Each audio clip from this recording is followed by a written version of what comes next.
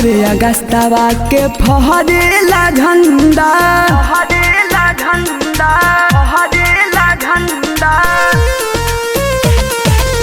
15 अगस्तवा के फहरेला झंडा साले बापा एक बार लहर तिरंगा हमार ये चाचा चाची फहर तिरंगा तहार लहर तिरंगा हमार ए भैया भाभी फहर तिरंगा तहार।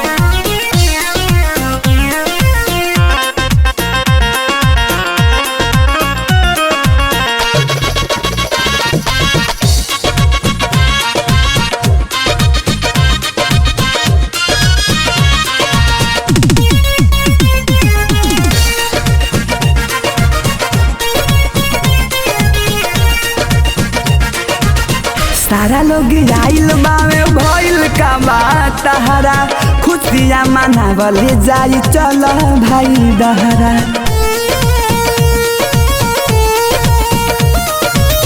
सारा लोग आइल बावे भइल का बात तहरा खुशियाँ मनावल जाई चल भाई दहरा।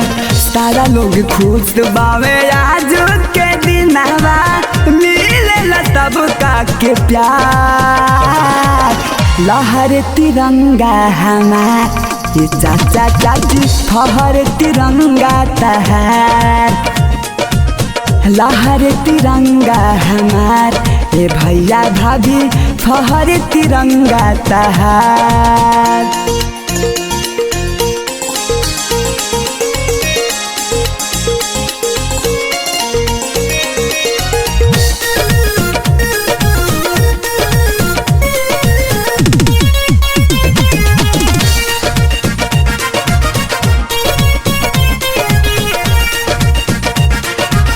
कोटी कचहरी और मने डाक घर में पावन ह परब ई त मने देश भर में।